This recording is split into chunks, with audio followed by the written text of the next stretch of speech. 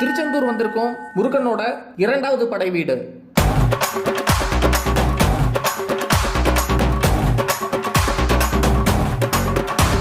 தூத்துக்குடி மாவட்டத்தில் மன்னார் வளைகுடாவை அண்டி அமைஞ்சிருக்கிற இந்த கோவில் எவ்வளவு பழமையானது தெரியுமா? சங்க இலக்கியங்கள்லையும் சிலப்பதிகாரத்திலையும் குறிப்பிடப்பட்டிருக்கிற இந்த கோவில் 2000 முதல் 3000 ஆண்டுகள் வரை பழமையானதான். கடற்கரை ஓரத்தில் அமைஞ்சிருக்கிற முருகப்பெருமானுடைய ஒரே கோவில் திருச்செந்தூர். இந்த இடத்தை முக்காலத்துல எல்லாம் திருச்சிரலை வாய்னு அழைச்சிருக்காங்க.